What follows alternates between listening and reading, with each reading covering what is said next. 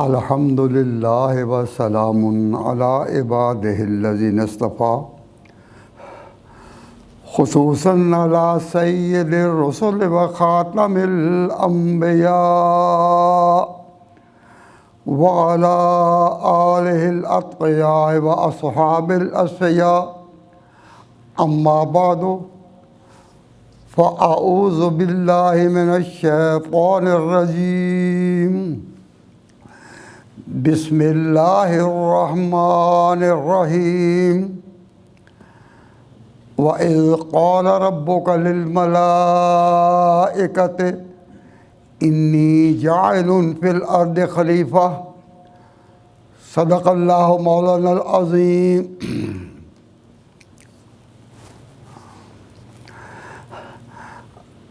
اللہ تبارک و تعالی جل شانہ نے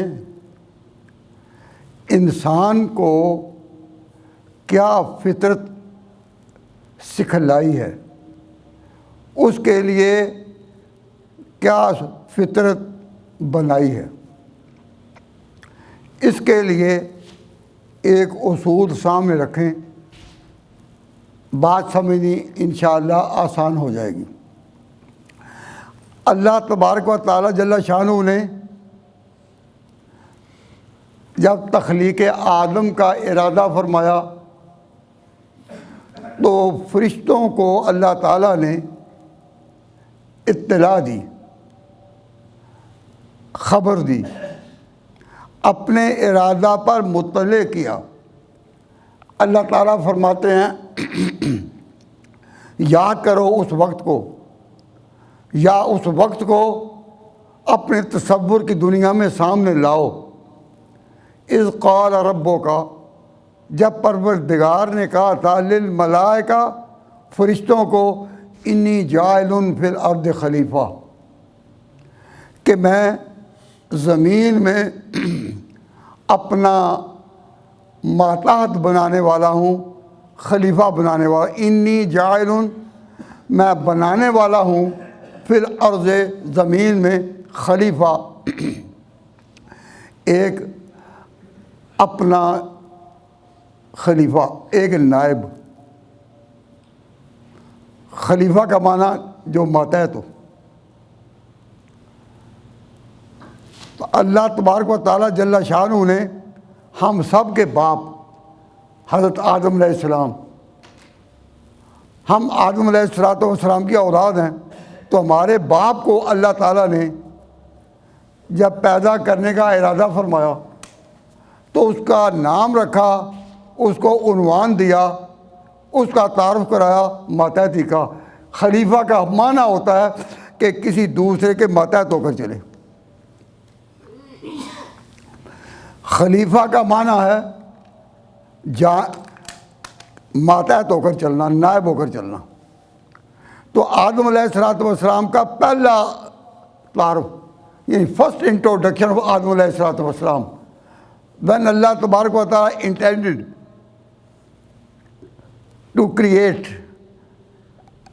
آدم علیہ السلام، اللہ تبارک و تعالی said to the angels انی جاعل فی الارض خلیفہ، کہ میں زمین میں ایک نائب بناؤں گا ماتحت اپنے۔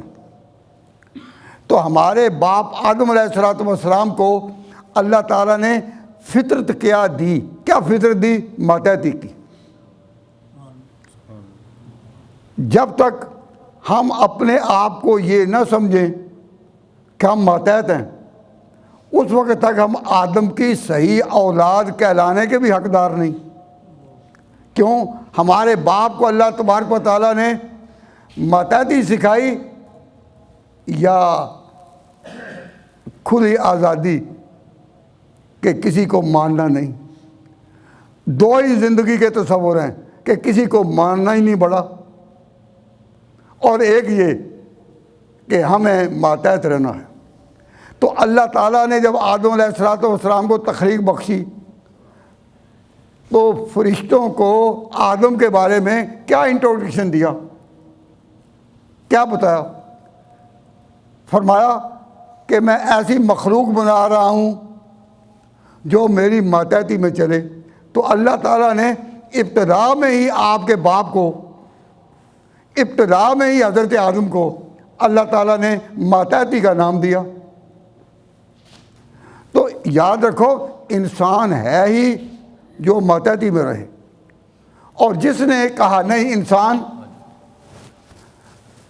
کہا کہ جس نے کہا کہ نہیں ہم بھی ہیں، جن کے اندر یہ میں آ گئی کہ ہم بھی ہیں، وہ کسی کے پھر ماتحت ہوگا؟ وہ تو کسی کے ماتحت نہیں ہوگا۔ تو میں اللہ تبارک و تعالیٰ نے کس کو، وہ میں کا پیکر کون بنا؟ جب کہا آدم علیہ السلام کا بارے میں ارادہ کیا کہ میں پیدا کروں گا ایک نئی مخلوق جس کا تعارف یہ ہے کہ وہ ماتحتی میں رہے، انی جاعل فی الارض خلیفہ، جب کہا کہ اتنی اعلیٰ مخلوق، تو اس کے اعلیٰ ہونے کو، اس کے اشرف المخلوقات ہونے کو بتلانے کے لیے، جتلانے کے لیے فرشتوں کو حکم دیا، سب اس کے آگے سیدھے میں پڑ جاؤ۔ تم سوال کرتے ہو کہ نئی مخلوق کسے مان رہی ہے، تم خود سیدھے میں گرو۔ ملائکہ تھے وہ گر گئے، لیکن ان میں ایک رہنے والا وہ کہنے لگا کہ میں تو اس سے بڑا ہوں، میں اس سے بڑا ہوں، میں اس کے آگے کیسے گروں؟ خلقتنی من نار وخلقتہ من طین، اے خدا تو نے مجھ کو آگ سے بنایا جو اوپر ہی آتی ہے، اور یہ مٹی کا، آگ مٹی کے آگے جھکے؟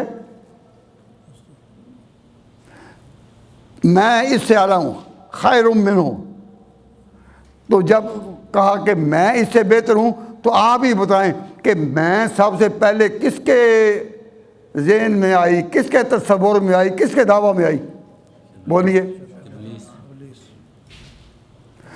میں، یہ کس کا نصیب ہے؟ میں، بولیے۔ میں کس کے قسمت میں آئی؟ یہ کس کا تعارف ہوا؟ میں کے ساتھ ابلیس کا۔ اور ماتحتی کے ساتھ کس کا تعارف ہوا؟ آدم کا۔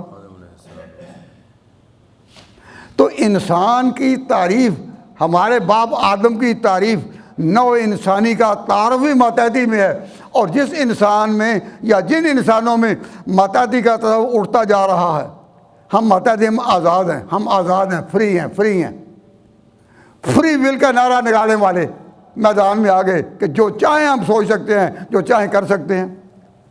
تو میں آپ کو توجہ اس طرف دلاتا ہوں کہ یہ آزادی کی آواز کہ میں، یہ سب سے پہلے کس نے آواز لگائی؟ ابلیس نے۔ آنا خیر، میں بہتر ہوں۔ تو آدم کو اللہ نے نام ہی دیا انی جاعل فی الارض خلیفہ میں ماتحتی کا۔ تو انسان جہاں بھی ہوں وہ انسان تبھی ہیں، وہ آدم کے ترجمان تبھی ہیں، آدم کا نشان تبھی ہیں کہ اپنی طبیعت میں، اپنی فطرت میں، اپنے مزاج میں ماتحتی ڈالو۔ فرمایا نبی پاک صلی اللہ علیہ وسلم نے، جب تم دو مسافر کسی ایک سفر میں جاؤ، تم ایک جگہ سے روانہ ہوئے، دو مسافر بھی کسی جگہ جاؤ، سفر کر رہے ہو، تو تمہارا سفر شرعی سفر تبھی بنے گا کہ ان میں سے ایک کو اپنا امیر بنا لو، دوسرا اس کی ماتحتی مان لے 4 گھنٹے کے لیے، 2 گھنٹے کے لیے، جتنے میں بس یا گاڑی یا ٹرین یا جہاز پہنچ جائے منزل پر، اتنے وقت کے لیے کسی کو بنا لو، لیکن تم اکیلے نہ چلو، ایک ماتحتی میں آ جائے اور دوسرا اس کا امیر ہو، تو وہ سفر شرعی ہو جاتا ہے۔ اور شرعی سفر میں جو برکتیں ہیں وہ انفرادی سفر میں نہیں۔ جو لوگ سفر میں یہ چاہیں کہ ہمیں کوئی جانے اور پہچانے نہ، سفر تو ان کا بھی ہو جائے گا لیکن صفر ہوگا، وہ سفر صفر ہی ہوگا، برکات اس میں نہیں۔ تو جو سفر شرعی ہوگا وہ یہی ہوگا کہ ایک امیر ہو، ایک ماتحت ہو۔ تو اللہ تبارک و تعالیٰ جل شانہ نے اور حضور نے اپنی شریعت میں انسان کو اتنی بھی آزادی نہیں دی کہ تم سفر میں آزاد ہو۔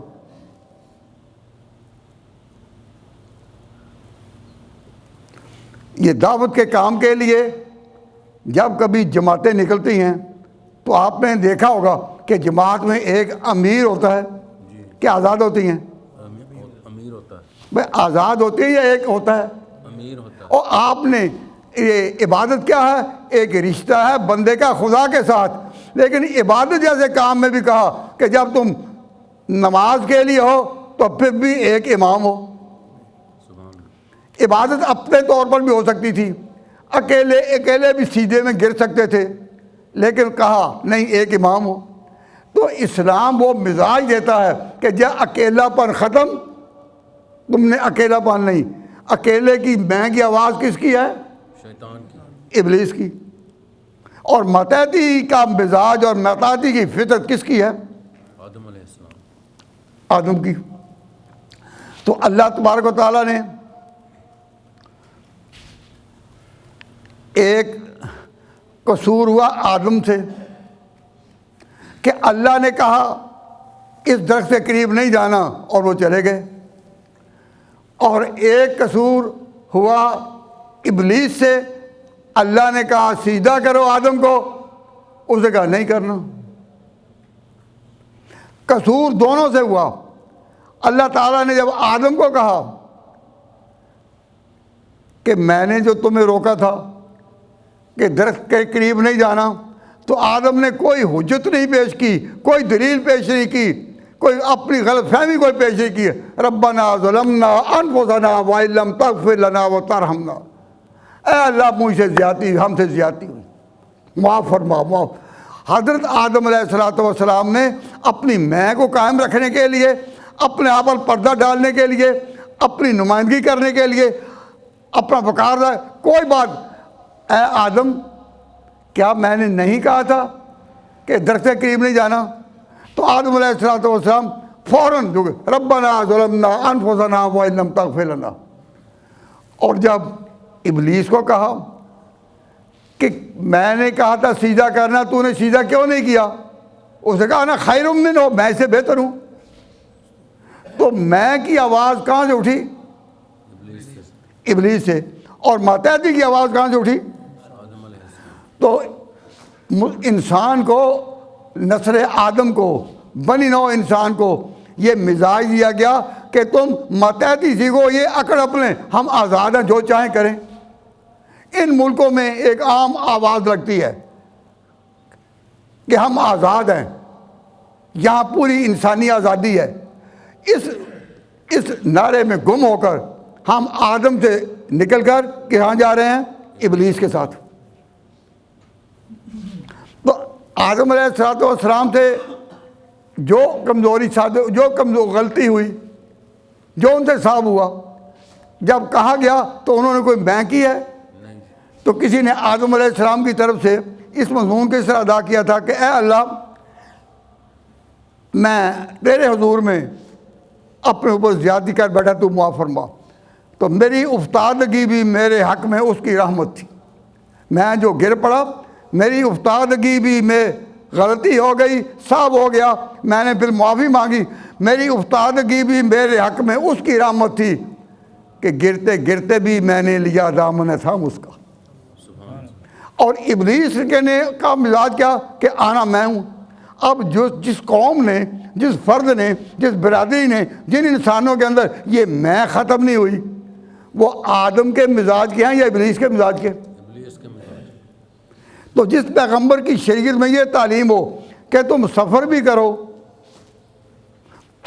کرو تو تم اکیلے نہیں، ایک امیر بوسا متحد، تم خدا کی بھی یاد کرو، عبادت کے لیے بھی آؤ، اور ایک امام، تم سب اس کے متحد۔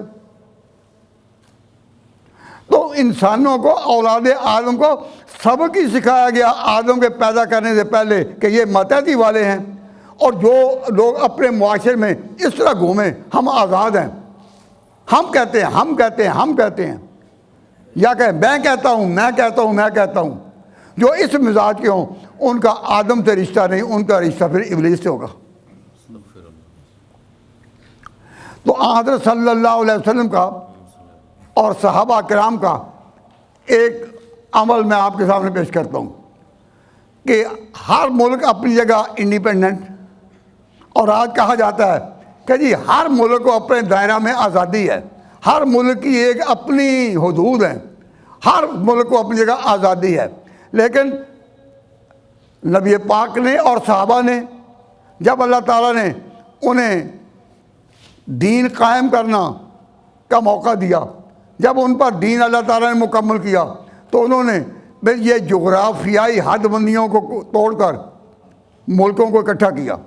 یعنی عرب ایک ملک تھا، جس طرح ایران ایک ملک تھا، شام ایک ملک تھا، یمن ایک ملک تھا، مصر ایک ملک تھا، عرب بھی ایک ملک تھا۔ لیکن جب آمنہ کے لال نے اسلام کا پیغام پیش کیا اور فرعون کی چوٹیوں سے اس نور کا ظہور ہوا جس کا صدیوں سے انتظار تھا، تو پھر جو اسلام حضور نے انٹروڈیوس کیا اور جو صحابہ نے سیکھا، تو اس کے بعد پھر عرب ایک ملک رہا یا یہ سارے ملک عرب کیا، عراق کیا، شام کیا، مصر کیا، افریقہ کیا، سارے ملک ایک ہو گئے، اس کا نام ہو گیا خلافت۔ یہ جو خلافت کا لفظ آ رہا ہے وہ کب کہ سارے ملک جو ہے ان کو کہا تم انڈیپینڈنٹ، تمہارا عقیدہ ایک ہے، دعوت اسلام کی ایک ہے، پیغمبر بھی ایک ہے، کتاب بھی ایک ہے، تو تم ایک کیوں نہیں ہوتے؟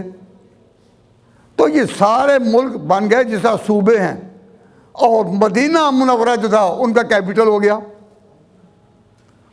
اس کو کہتے ہیں خلافت۔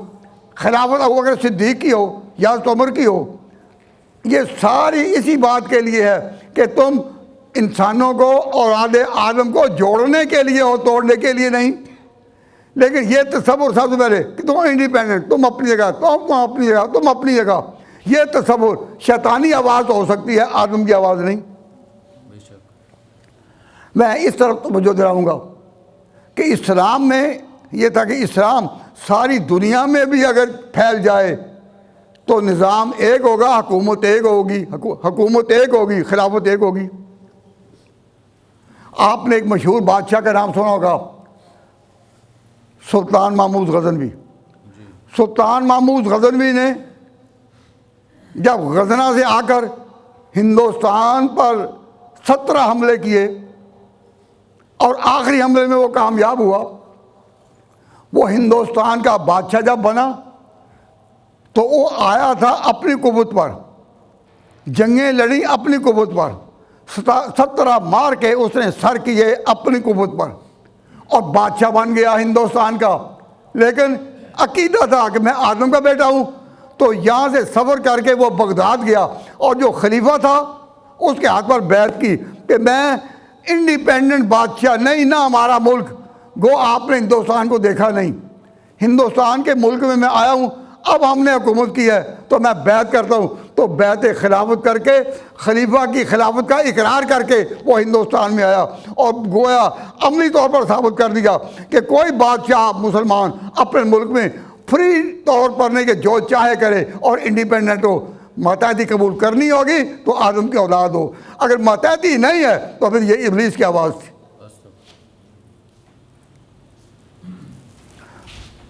اب جب یہ پتہ چلتا کہ اسلام کا امتیاز ہی تھا کہ وہ سارے ملکوں کو جوڑ کر ایک کریں، اور اس سے پہلے یہی آواز تھی کہ ہر ملک جو انڈیپینڈنٹ ہے، انڈیپینڈنٹ، یہ جو آواز تھی اسلام کی کہ سب ملکوں کو جوڑنا ہے، اس آواز کو پھر کنہوں نے اپنایا؟ اس آواز کو آپ کہاں بیٹھے ہیں؟ انگلینڈ میں، لیکن اب یہ بات نہیں، اب آپ کہتے ہیں ہم یو کے میں۔ تو یو کے کیا ہے؟ United kingdom. تو یونائٹڈ کنگڈم کا معنی ہی یہ ہے کہ ملک یہ کہ انگلینڈ ہوا، اسکاٹ لینڈ ہوا، آئرلینڈ ہوا، اور اس کے ویلز ہوئے، سارے انہوں نے مل کے کہا یونائٹڈ کنگڈم، کہ سب کو جوڑو۔ تو سب ملکوں کو جوڑنا اور قریب قریب کو کر کے ایک ہونا، یہ آواز اٹھائی تھی اسلام نے، لیکن اس کو مانا انہوں نے خود بھی۔ آپ جہاں رہتے ہیں اس کا نام کیا ہے؟ یونائٹڈ کنگڈم، یو کے، یونائٹڈ کنگڈم۔ تو یونائٹڈ کنگڈم کا مطلب کیا ہے کہ اس میں کئی سلطنتیں جمع ہو گئیں، کئی ملک جمع ہو گئے، لیکن یہ آواز سب سے پہلے کنہوں نکالی تھی کہ سارے ملکوں کو ایک کرو، اور اس کا نام تھا خلافت اسلام کی۔ یہی آواز جب امریکہ پہنچی تو امریکہ ملک بڑا، کام بڑا، لیکن United States of America USA، United States, اس میں ایک ہی ملک میں جس کا نام ہے امریکہ، اس کے اندر 40-50 کے قریب جو ہیں وہ ملک ملے ہوئے ہیں، ریاستیں ملی ہوئی ہیں، اسٹیٹس ملی ہوئی ہیں۔ تو سب سے پہلے مسلمانوں نے دعوت دی تھی کہ ہم آدم کی اولاد ہیں، ہم ایک ہوں گے۔ انہوں نے جو سلطنت کو ایک کیا، نام رکھا خلافت۔ انہوں نے اس بات کو مانا، عقیدے کے طور پر نہیں، عمل کے طور پر، لیکن اس کا نام رکھا یونائٹڈ کنگڈم، اس کا نام رکھا یونائٹڈ اسٹیٹس آف امریکہ۔ اب اسلام کی جو آواز اٹھی تھی آدم سے، اور جو اسلام سے اور نبی پاک کے بعد ان کے نظام خلافت سے، ابو بکر عمر کی خلافت سے جو آواز اٹھی تھی، دنیا نے تو اس آواز کو اپنایا، لیکن ہم خلافت کی قدر نہ کر سکے۔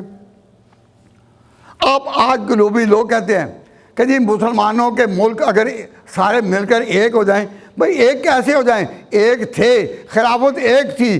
حضور کی تشریف آوری کے سفر اقصی پر جانے کے بعد سارے ملک اکٹھے تھے، اور ابو بکر صدیق ان کے جانشین تھے، خلیفہ راشد تھے، حضرت عمر خلیفہ راشد تھے، حضرت عثمان خلیفہ راشد تھے، علی مرضی خلیفہ راشد تھے۔ تو خلفائے راشدین اٹھے۔ خلافت راشدہ کے بعد پھر خلافت اموی، بنو امیہ کی خلافت سامنے آئی۔ بنو امیہ کی خلافت کے بعد پھر بنو عباس کی خلافت سامنے آئی۔ تو مسلمان صدیوں تک خلافتیں بدلتی رہیں، خلیفہ بدلتے رہے، خاندان بدلتے رہے، لیکن مسلمان ایک رہے۔ اور جب تک مسلمان ایک رہے، اللہ تبارک و تعالیٰ کا ہاتھ ان کے اوپر تھا۔ حضور فرما چکے تھے جب تک مسلمان اکٹھے رہیں گے اس پر اللہ کا ہاتھ ہوگا۔ ید اللہ علی الجماع، ید اللہ علی الجماع، اللہ کا ہاتھ ہے اگر تم اکٹھے رہو۔ جب تک مسلمان اکٹھے رہے، جب تک مسلمان اکٹھے رہے، اللہ کا ہاتھ ان پر رہا۔ اب لوگ کہتے ہیں کہ مسلمان عالمی طور پر اتنے بکھرے ہوئے کیوں ہیں، انتشار کا شکار کیوں ہیں؟ بھائی جو جڑ تھی آدم کی نسل ہونے کی اور آدم کی نمائندے، وہ تو آپ نے کھو دی۔ اور کب کھوئی؟ صدیوں کے بعد۔ اللہ تبارک و تعالیٰ جل شانہ درجات بلند کرے، شیخ الہند حضرت مولانا محمود رسن رحمۃ اللہ علیہ، جو دیوبند کے بڑے استاد تھے، انہوں نے اپنے وقت میں یہ دیکھا، ان کے دور میں خلافت قائم تھی۔ کن کی؟ ترکوں کی۔ اس کا نام تھا خلافت عثمانیہ، اور خلافت عثمانیہ تمام مسلمان ملکوں کو اکٹھے کیے ہوئے تھی۔ لیکن بیرونی طاقتیں، یہود و نصارہ چاہتے تھے کہ مسلمانوں کی خلافت ٹوٹے تاکہ ہر ایک کہے میں۔ ان میں متحدی کا جذبہ ختم ہو، آدم سے انتساب ختم ہو، تو خلافت کو توڑ دو۔ اور خلافت توڑنے کے لیے جو لوگ اٹھے، انہوں نے سب سے پہلے آواز یہ اٹھائی کہ ترکوں کے خلاف ہم، کہ ترک خلافت نہیں خلیفہ ہونے چاہیے۔ کیوں؟ یہ عرب نہیں ہے۔ اور جب یہ آواز سیاسی سطح پر لگائی گئی تو اس انداز میں یہ آواز لگائی گئی کہ جی دین ہمارا عربی، پیغمبر ہمارا عربی، قرآن ہمارا عربی، اوریجن ہماری جو ہے وہ عربی، اور یہ ترک۔ حالانکہ ترکوں کو آگے کیا کنہوں نے تھا؟ عربوں نے کی۔ خلافت چلی آ رہی تھی راشدہ کے بعد بنو امیہ کی، ان کے بعد بنو عباس کی، ان کے بعد ترکی خلافت۔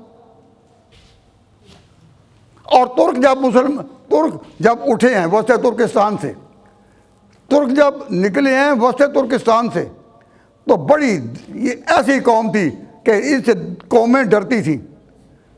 تو عیسائیوں نے کوشش کی کہ یہودیوں نے کوشش کی، دوسری قوموں نے کوشش کی کسی طرح ترکوں کو کہ جنگلی قوم ہے اور بڑے ہی یہ تند مزاج ہیں، بڑی لڑاکو قسم کے جنگجو لوگ ہیں، ان کو مسلمانوں گلے ڈال دو۔ اللہ تبارک و تعالیٰ جل شانہ کی قدرت دیکھیے کہ انسان بھی سوچتے ہیں اور خدا فیصلے کرتا ہے۔ بجائے اس کے کہ وہ ترک اٹھیں اور مسلمانوں کو خراب کریں، اللہ نے ان کے دل میں اسلام ڈال دیا اور وہ مسلمان ہو گئے۔ اس وقت غالباً اقبال نے بھی کہا تھا یہ حقیقت ہے یہاں تاتار کے افسانے گے پاسباں کعبے کو مل گئے صنم خانے سے۔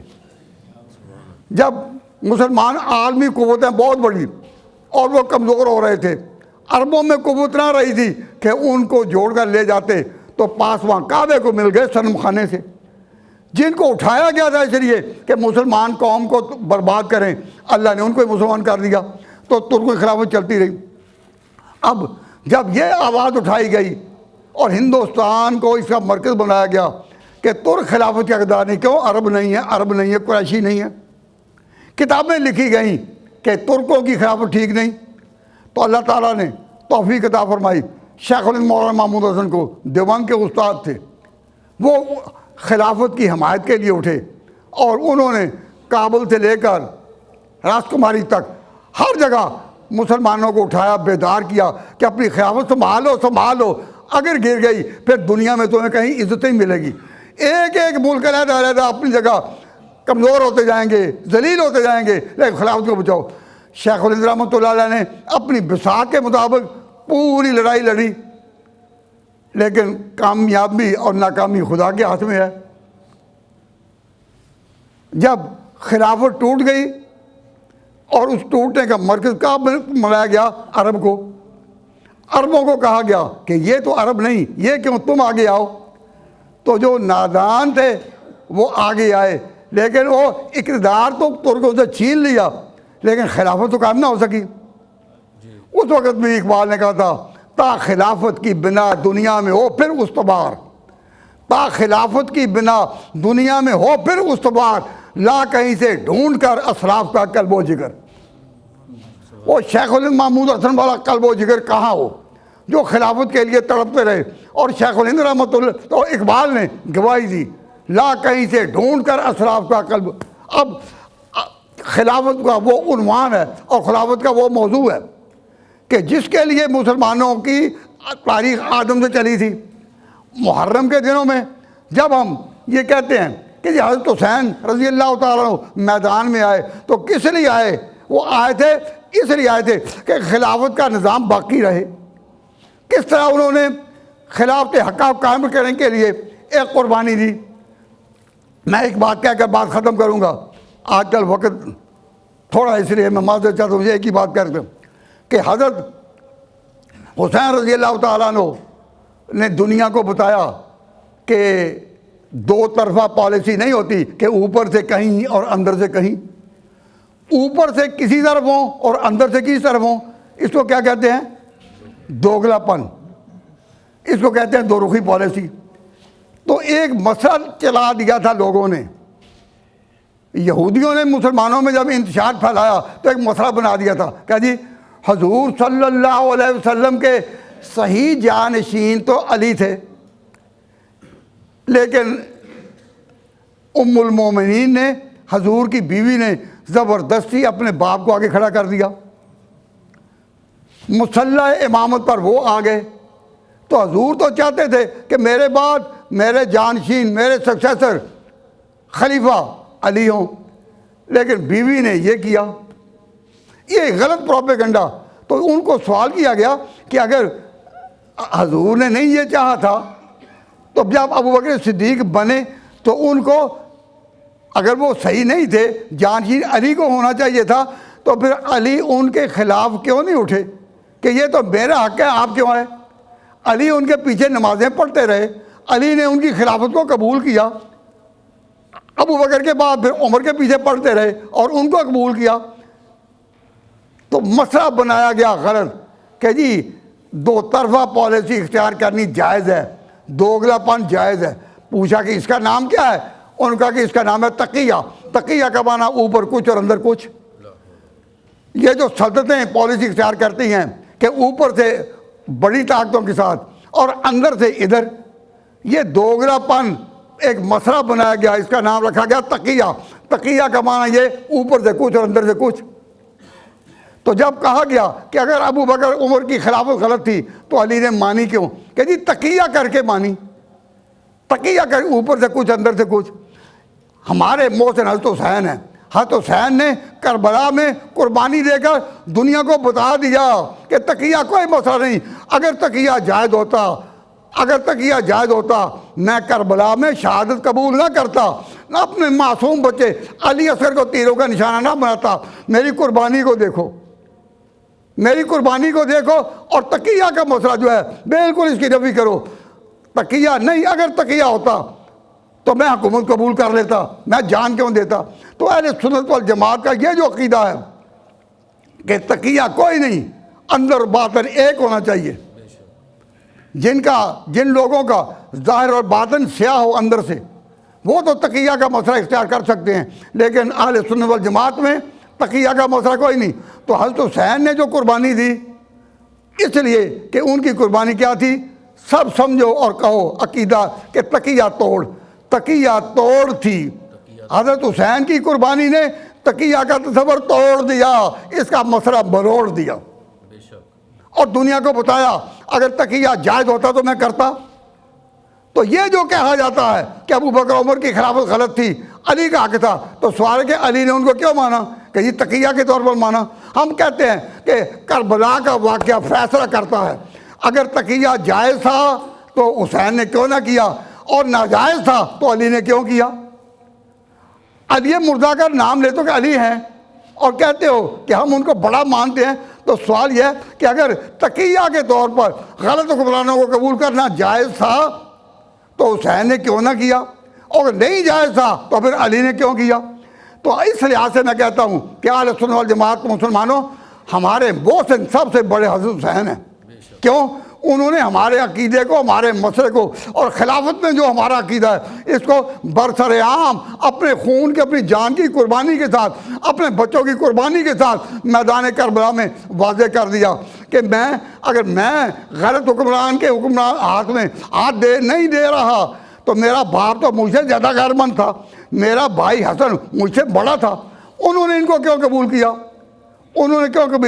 تو حضرت حسین رضی اللہ تعالیٰ عنہ کی یہ قربانی جب تک ذکر ہوتی رہے گی، محرم آتے رہیں گے، تو اس وقت تک اہل سنت والجماعت کو یہ ماننا پڑے گا کہ ہمارے عقیدے کے سب سے بڑے ترجمان اور محسن کون ہے؟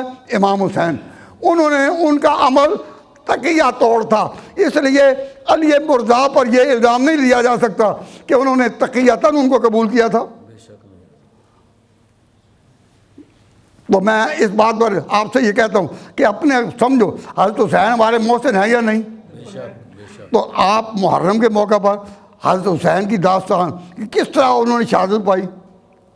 آج تو خیر جمعہ ہے، کل ہفتہ ہے تو ویکینڈ شروع ہوتا ہے، تو ویکینڈ میں اسلامی اکیڈمی میں اللہ تعالیٰ اس کو استحکام عطا فرمائے، اللہ تعالیٰ اکیڈمی کو استحکام عطا فرمائے، اور آزمائش میں اللہ تعالیٰ اپنے غیب سے ایسے سامان پیدا کرے کہ وہاں جو حق کی آواز اٹھ رہی ہے 40 سال سے، اللہ تعالیٰ اس کو باقی رکھے. اس میں کل ہفتے کا دن ہے، ویکینڈ شروع ہو گیا، اس میں حضرت حسین کے نام پر آپ حضرات وہاں جمع ہو کر حضرت حسین کی قربانی کا واقعہ اور کربلا کا واقعہ یہ سننا چاہیں گے؟ تو پھر ابھی سے ارادے کر لیں کہ اپنے کاموں کو ملتوی کر دیں، لیکن اس دن آنا ہے. اللہ تعالیٰ ہمت دے اور توفیق دے. وما علینا الا البلاغ. أنا العبد الذي كسب الذنوب وصدته الأماني أن يتوب.